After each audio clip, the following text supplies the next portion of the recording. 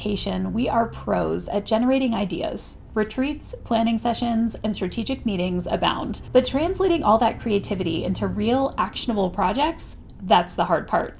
Today we'll walk through exactly how to do it. Welcome back to the channel. And if you're new here, I'm Dr. Katie Linder, a certified project manager, change manager, and coach who works full-time leading and supporting teams in higher education. On this channel, I offer real-world examples of how project management translates into the higher ed environment. If you're looking for ways to use project management tools and skills, both professionally and personally, to bring more ease to your work and life, you're in the right place. Brainstorming is energizing. It's creative, it's expansive, but it's not execution. In higher ed, it's common to generate a lot of ideas and then struggle with what to do next. In this video, I'm going to walk you through 5 steps and 15 questions to help you turn brainstorming into a clear, doable project plan. The first step after a brainstorming session is to group and categorize your ideas. You can start by asking, are there overlapping ideas that could be combined or streamlined? Can any of the ideas be grouped into common themes or categories? Which of these ideas seem more short-term in nature and which are more long-term or strategic? Using tools like sticky notes, whiteboards, or digital platforms, you can sort and prioritize your ideas visually. This kind of categorization can help reduce overwhelm and often reveals natural clusters and logical starting points for action. The second step is to evaluate your ideas for feasibility and impact. Once your ideas are grouped, it's time to assess which ones are worth moving forward. Ask yourself, what is the potential impact of each idea? What kind of resources, time, people, funding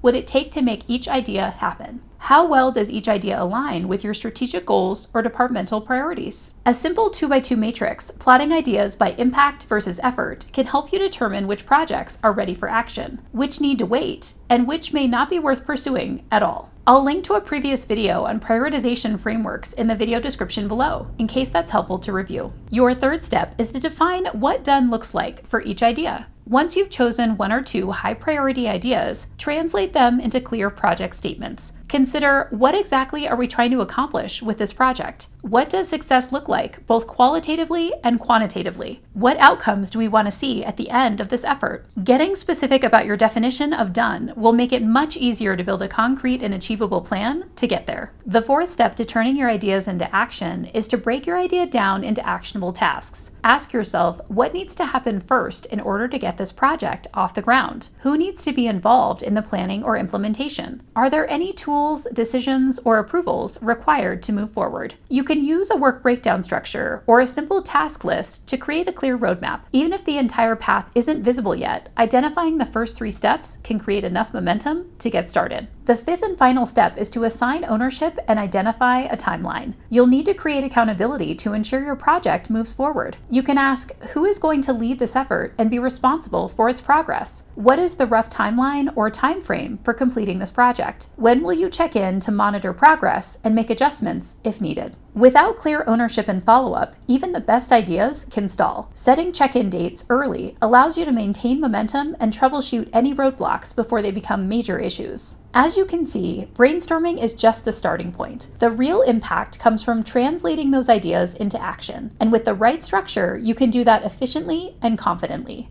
What's one idea you're trying to bring to life right now? Share it in the comments. I'd love to hear what you're working on and how you're thinking about moving it forward. And if you found this video helpful, don't forget to subscribe to the channel for more ideas about translating project management concepts into the higher ed environment. Thanks for watching, and I'll see you in the next one.